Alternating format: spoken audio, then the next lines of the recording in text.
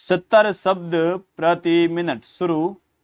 अशरफ अली बनाम उत्तर प्रदेश राज्य के वाद में 5 से अधिक व्यक्तियों के लिए एक समूह ने 2 अबोध बालिकाओं की हत्या केवल इसलिए कर दी कि वे उन लड़कियों की मां से दुश्मनी रखते थे और उसे सबक सिखाना चाहते थे। उच्चतम न्यायालय ने अभियुक्तों के इस जघन्य हत्या के कृत्य को मृत्युदंड दिए जाने के लिए उचित कारण मानते हुए सभी अभियुक्तों की धारा 302/149 के अंतर्गत दोष सिद्धि कर दी। सूरतलाल बनाम मध्य प्रदेश राज्य के प्रकरण में अभियुक्तों ने एक व्यक्ति को दुश्मनी वश पीटने की योजना बनाई, परंतु पिटाई के दौरान उनमें से एक ने चाकू निकालकर उस व्यक्ति पर वार किया, जिसके परिणाम स्वरूप उस व्यक्ति की मृत्यु हो गई।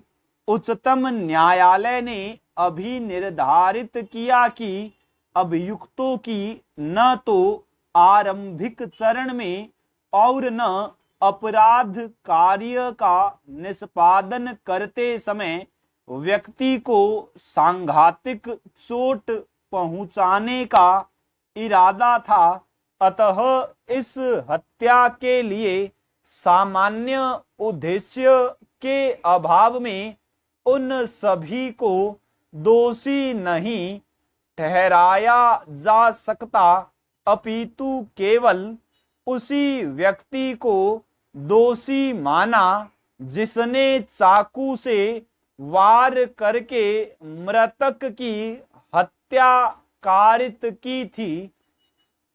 महंतप्पा बनाम कर्नाटक राज्य के वाद में अभियुक्तों पर विधि विरुद्ध जमाव करने तथा मृतक की हत्या करने का आरोप था। प्रत्यक्षदर्शी साक्ष्यों की साक्ष्य का अन्वेषक अधिकारी के वस्तुपरक निष्कर्ष तथा चिकित्सीय साक्ष्य से संपुष्ट होना पाया गया। घटना में अभियुक्तों का भाग लेना और उनकी सक्रिय भूमिका प्रत्यक्षदर्शी साक्ष्यों द्वारा सिद्ध पाई गई, अतः उच्चतम न्यायालय ने अभी निर्धारित किया कि अभियुक्तों की दोष सिद्धि उचित थी। राय साहब बनाम हरियाणा राज्य के वाद में अभियुक्तों ने सामूहिक रूप से आकर मृतक को बस से बाहर फेंक दिया तथा उसे घेर कर उस पर 2-3 गोलियां दागकर सभी एक साथ भाग गए। उच्चतम न्यायालय ने अभी निर्धारित किया कि मृतक की हत्या के लिए अभियुक्त धारा 149/302 के अंतर्गत दोषी थे।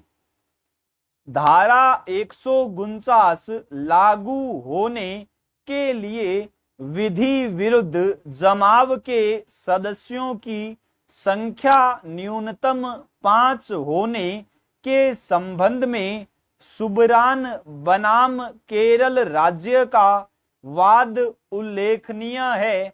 इस वाद में उच्चतम न्यायालय ने विनिश्चित किया कि ऐसा जमाव जिसकी सदस्य संख्या 5 से कम हो, धारा 141 के अर्थ में विधि विरुद्ध जमाव नहीं होगा, अतः ऐसे सदस्यों को धारा 149 के अंतर्गत अपराध के लिए सिद्ध दोष नहीं किया जा सकेगा। इस वाद में विचारण न्यायालय द्वारा 6 अभियुक्तों को धारा 149 के अधीन सिद्ध दोष किया गया था, जिनमें से 2 को उच्च न्यायालय द्वारा अपील में दोष मुक्त कर दिया गया तथा उच्च न्यायालय ने अपने निर्णय में कहीं भी यह उल्लेख नहीं किया कि हमले में कुछ अन्य ज्ञात अथवा अज्ञात व्यक्ति सम्मिलित थे। उक्त परिस्थिति में केवल 4 ही व्यक्ति विधि विरुद्ध जमाव के सदस्य के रूप में सिद्ध दोष हुए थे, अतः उनकी संख्या 5 से कम रह जाने के कारण उन्हें धारा 149 के अंतर्गत दंडित नहीं किया जा सकता है। इसके अतिरिक्त अभियोजन पक्ष यह साबित करने में भी असफल रहा था कि जमाव विधि विरुद्ध प्रकृति का था। इस कारण धारा 149 का आरोप अपास्त किए जाने योग्य था। स्टॉप।